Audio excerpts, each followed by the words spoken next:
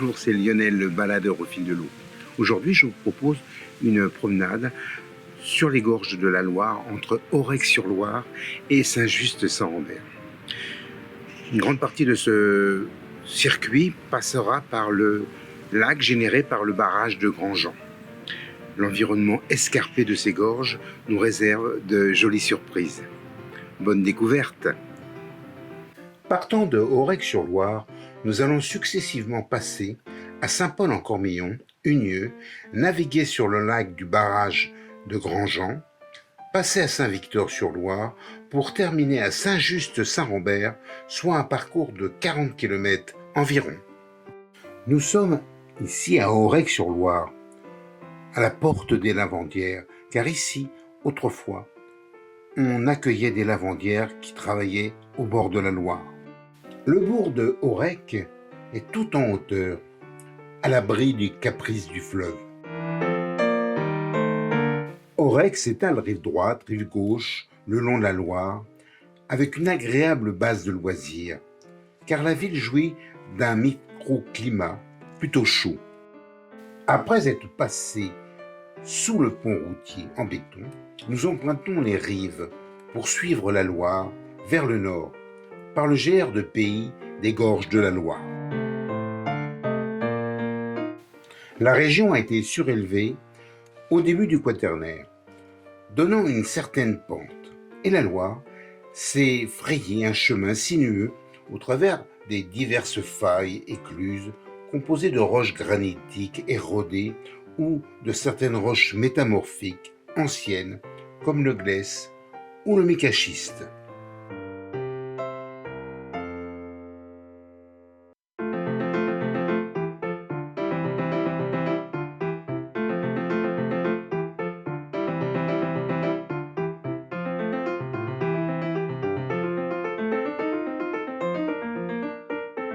Nous sommes aux confins des monts du Pilat, du Forez et du Velay, dont nous avons parlé lors du précédent film.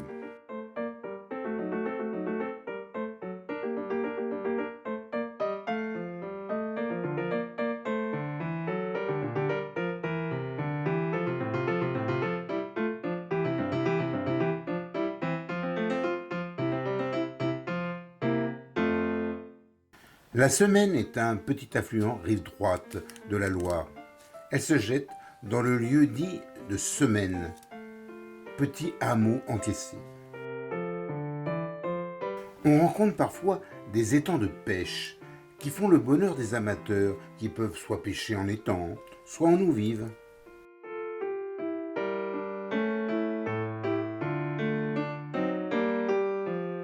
Il n'y a pas que les poissons comme la truite ou le brochet. Nombreux sont les petits poissons, comme ici des vairons, des barbeaux, des hautues ou des vaudoises.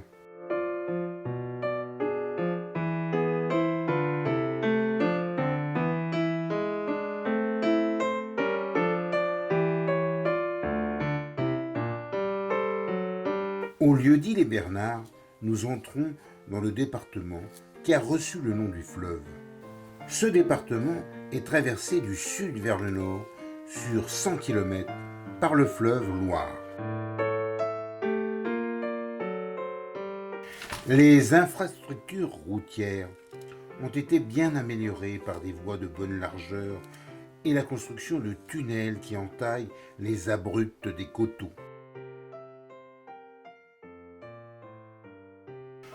Au hasard de la dureté des roches, le fleuve a sculpté des méandres caractéristiques, tantôt étroits, tantôt larges, comme à Saint-Paul-en-Cormillon. Ce sont des diaclases, profondes entailles mettant en valeur un relief de pics et d'arêtes. Le bourg de Saint-Paul se blottit dans un méandre de la Loire, dominé par le château et longé par une voie ferrée posée sur un viaduc en pierre. Ce château a son origine au XIe siècle. Il épouse le sommet d'un pic. Il a été bien restauré par les derniers propriétaires.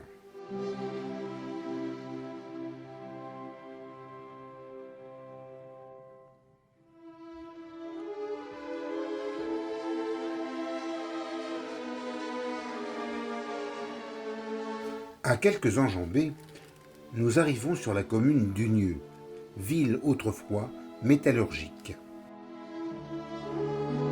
Nous sommes au Pertuiset. Il y eut ici un bac, puis un pont en bois pour faire passer le train et transporter les productions locales métallurgiques ou charbon.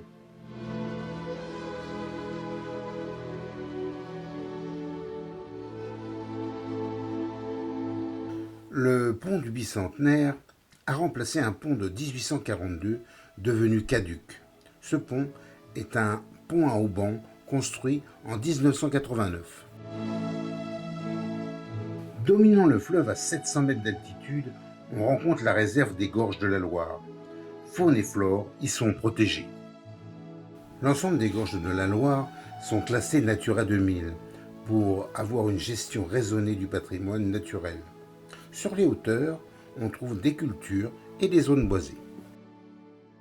Nous arrivons à Saint-Victor-sur-Loire, devenu pour des raisons économiques et administratives un quartier de la ville de Saint-Étienne depuis 1969. En contrebas du village de Chambles, nous voici à l'île du Châtelet, ou presqu'île, car autrefois elle était beaucoup plus vaste, car le barrage l'a complètement submergée. Dans cette presqu'île subsiste une jolie chapelle d'un ancien prieuré. Depuis Aurec-sur-Loire, où commence la formation de la retenue, il y a 21 km jusqu'au barrage de Grandjean.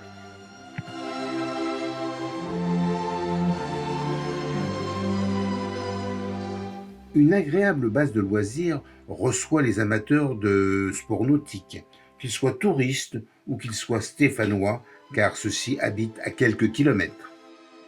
La mise à l'eau du barrage en 1958 a englouti les petits hameaux du fond de la vallée. La base de loisirs est également une base nautique où l'on trouve une belle école de voile.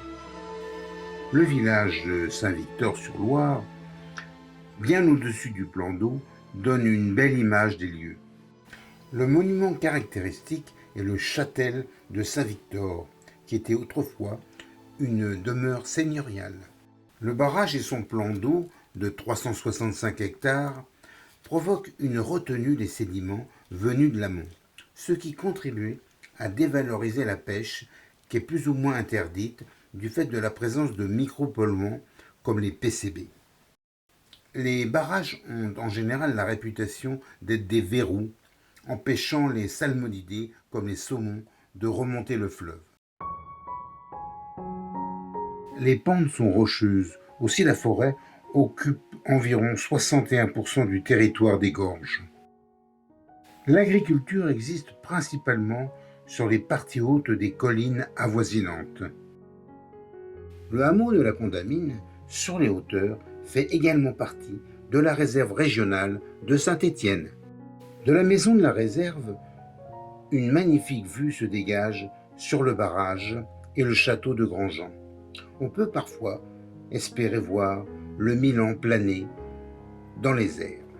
Un hameau isolé a accueilli une communauté de religieux, les Camadules, du XVIIe jusqu'à la Révolution. Le château de Saint-Victor date du XIIe siècle.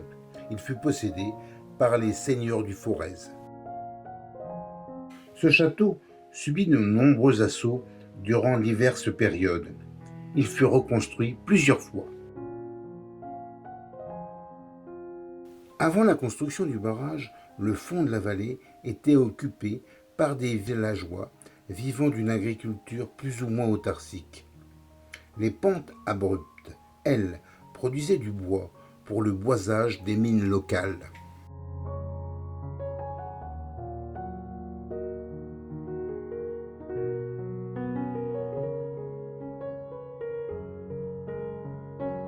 Une partie de la forteresse comprenait une petite abbaye, occupée avant la Révolution.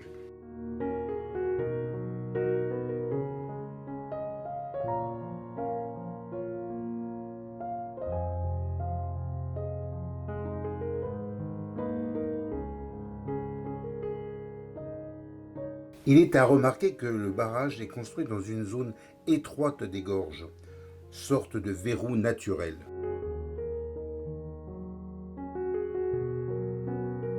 Ce barrage voûte de 55 mètres de hauteur permet de stocker 57 millions de mètres cubes d'eau, servant à la production hydroélectrique.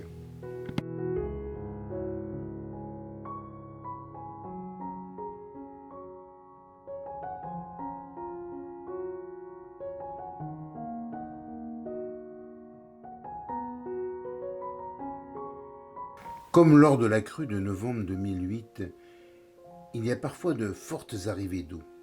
Le débit peut atteindre 3000 m3 à la seconde. On libère alors toutes les vannes pour limiter les dégâts.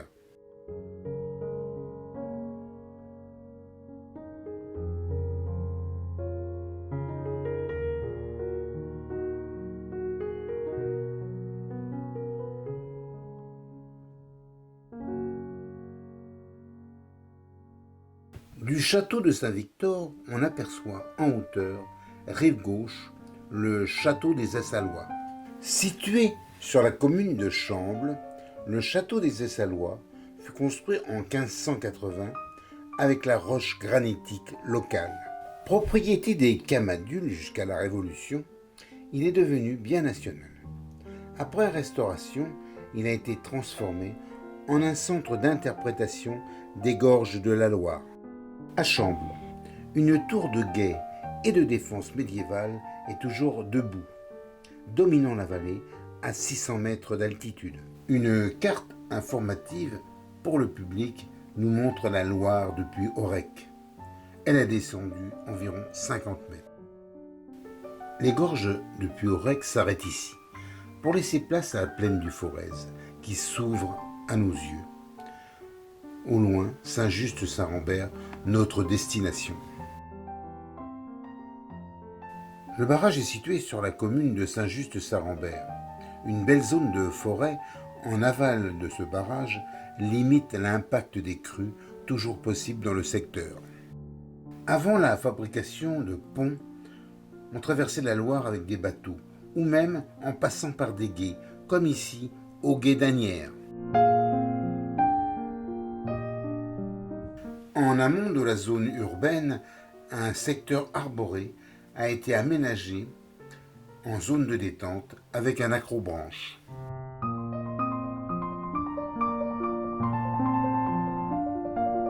La grande aigrette ou héron blanc est un habitant de la zone humide locale ou dans les îles du Vieux Saint-Just. À Saint-Just-Saint-Rambert passe un canal. Nous arrivons du barrage de Grandjean, le canal du Forez. Ce canal a une certaine importance économique car il apporte l'eau dans divers villages de la plaine et irrigue 700 exploitations.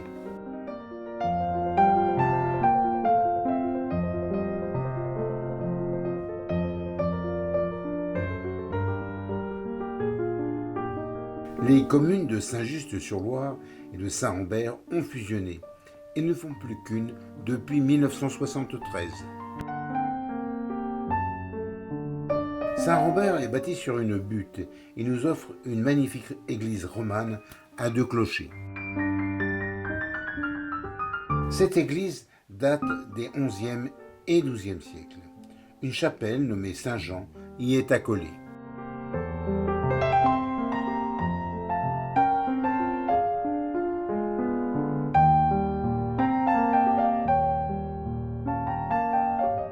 Nous voici à Saint-Just-sur-Loire, où une jolie mosaïque nous narre les activités ligériennes de cette petite ville.